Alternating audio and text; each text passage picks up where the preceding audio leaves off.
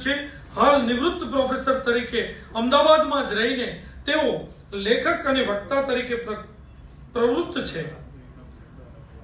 સાહિત્ય સર્જક તરીકે તેમણે ગઝલ સંગ્રહો, કાવ્ય સંગ્રહો, નવલિકા સંગ્રહ, સમીક્ષા, સંશોધન, સંપાદન, જીવન ચરિત્ર, પ્રેરક સાહિત્યના લગભગ દરેક સ્વરૂપમાં મળીને ઉત્તમ પુસ્તકો ગુજરાતી સાહિત્યમાં ઉમેર્યા છે।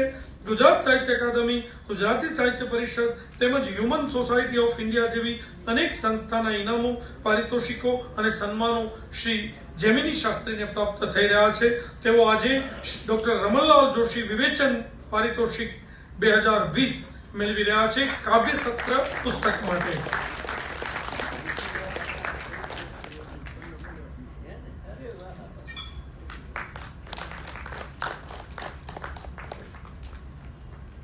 આભાર જેમિનીભાઈ।